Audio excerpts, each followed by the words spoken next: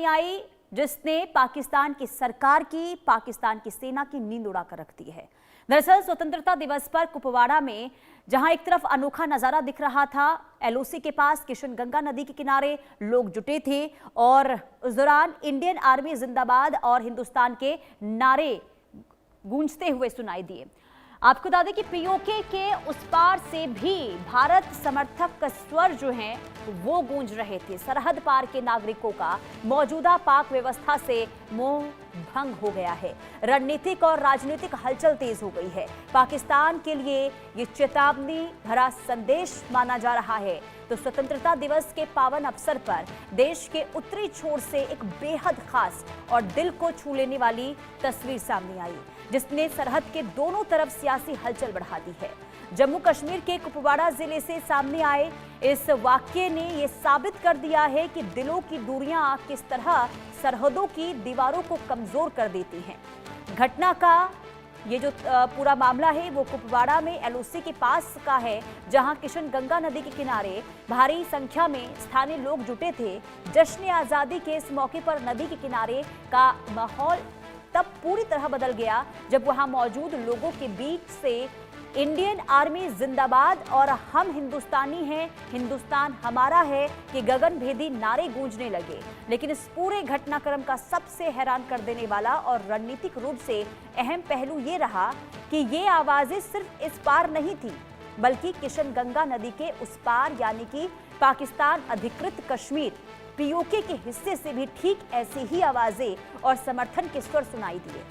नदी के दोनों किनारे से जब एक जैसे भारत समर्थक नारे गूंजे तो पूरा इलाका देशभक्ति के रंग में रंग गया। जानकारी ये मिल रही है कि ये कोई सामान्य घटना नहीं है। जानकार ये मानते हैं कि आप इसे सामान्य घटना मान के नहीं चले, क्योंकि ये वाकया ऐसे समय में आया है जब पिछले 2 महीनों से पीओके के भीतर पाकिस्तान सरकार और उसकी नीतियों के खिलाफ भारी विरोध प्रदर्शन, आर्थिक बदहाली और भारी जन आक्रोश की खबरें लगातार सामने आ रही हैं। जनता महंगाई, मानवाधिकारों के हनन, कुशासन से त्रस्त हैं और ऐसे सुलगते हालात के बीच एलओसी के पास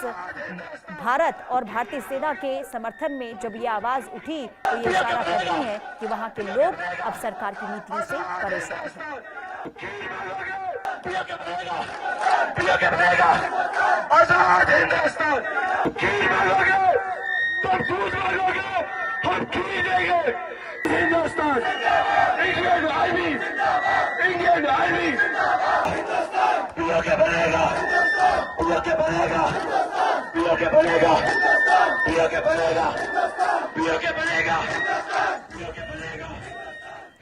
संवाददाता आशिक मीर तमाम जानकारी के साथ जुड़ चुके हैं। आशिक, ये जो तस्वीर कल देखने को मिली है एलओसी पर, एलओसी के पार जो नज़ारा देखने को मिला है, अब ये तस्वीर क्या व्याख्या कर रही है? क्योंकि पीओके के लोग जिस तरीके से परेशान थे, बेहाल थे, सरकार की नीतियों को लेकर सड़कों पर उतरे थे, इसके बीच स्वतंत्रता दिवस के मौके पर अगर वो लोग भारत के समर्थन में नारे लगा रहे हैं तो साफ है कि अब वो भारत में आना चाहते हैं। देखिए पुनीता, बिल्कुल जिस तरह की तस्वीरें कल शाम को जो है पीओके के मुजफ्फराबाद इलाके से सामने आई है, उसने कहीं ना कहीं पाकिस्तान की सरकार को हिलाकर रख दिया है। सबसे बड़ी बात यहाँ पर यह है कि जहां भारत में जो है आजादी का महाउत्सव मनाया जा रहा था, तो वही लाइन ऑफ कंट्रोल के इलाकों में भी जश्न का माहौल था। और इसी जश्न के माहौल के चलते कल रात की ये लगभग 8 बजे की तस्वीरें हैं, जब केरन सेक्टर में जो लोग रहते हैं उन्होंने जो है इंडियन आर्मी जिंदाबाद, हिंदुस्तान जिंदाबाद के नारे लगाए और पीओके साइड से कई सारे लोग जो है वो भी जमा हुए और उन्होंने उन नारों का जवाब इंडियन आर्मी जिंदाबाद के नारों से जो है किया। यानी कहीं ना कहीं अब ये देखने वाली बात है कि किस तरह से पीओके के लोग भी जो है भारतीय सेना के साथ खड़े हैं और लगातार भारतीय सेना जिंदाबाद के नारे जो है वो पीओके में भी गूंज रहे थे। और सबसे बड़ी बात यहाँ पर यह है कि बीते 2 महीने से ज्यादा वक्त से जिस तरह से पाकिस्तान की सरकार और पाकिस्तान की आर्मी ने पीओके के लोगों पर तशद्दुद जो है वो बरपा, लगभग 125 के करीब लोगों को मार दिया गया। तो अब कहीं ना कहीं पीओके से ये आवाजें जो है वो उठने लगी है कि पीओके के लोग जो है वो भारत के साथ विलंब होना चाहते हैं। हालांकि अगर हम भारत के रक्षा मंत्री, प्रधानमंत्री से लेकर अगर हम गृह मंत्री तक की बात करें तो लगातार उन्होंने ये कहा है कि अब अगर पाकिस्तान के साथ बातचीत होगी तो वो सिर्फ पीओके को लेकर होगी। और एक समय ये भी था कि जब पहलगाम में आतंकी घटना घटी थी तो उसके बाद जो हमारे रक्षा मंत्री है राजनाथ सिंह, उन्होंने यही कहा था कि एक वक्त आ जाएगा जब पीओके के लोगों को ये लगेगा कि वो किस तरह से पाकिस्तान का जुल्म झेल रहे हैं और वो खुद से वहां पर अपील करेंगे भारत से कि उन्हें पाकिस्तान की आर्मी से जो है बचाया जा सके। और वो वक्त शायद अब आ चुका है जिस तरह वहां पर लोग जो है रिएक्ट करना शुरू कर रहे हैं। बीते 2 महीने से ज्यादा से जिस तरह से सेपरेशन पॉलिसी पाकिस्तान की सरकार ने वहां पर लागू की है तो उसका अब जीता जागता सबूत जो है कल स्थानीय लोगों ने दिया जब उन्होंने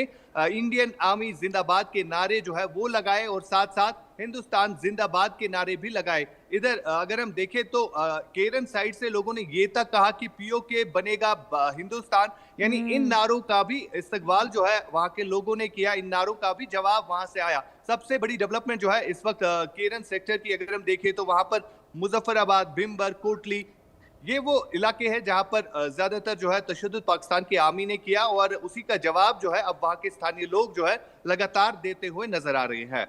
पुनीता और आशिक, ये तस्वीर अब ये साफ तौर पर बयां कर रही है कि पीओके तो अब पाकिस्तान के हाथ से निकल चुका है। चाहे कितनी भी दमनकारी नीति अपना ली जाए, लोगों की आवाज़ को दबाने की कोशिश की जाए, जितने भी सोशल मीडिया प्लेटफॉर्म्स हैं या फिर मीडिया चैनलों को पर प्रतिबंध लगा दिए गए हैं ताकि पीओके में जो स्थिति बनी है उस पर पूरी दुनिया की नजरें ना जाएं, लेकिन पीओके अब पाकिस्तान से पूरी तरीके से निकल चुका है, पाकिस्तान के हाथ से, तो समझा जा सकता है इन तस्वीरों को देखने के बाद।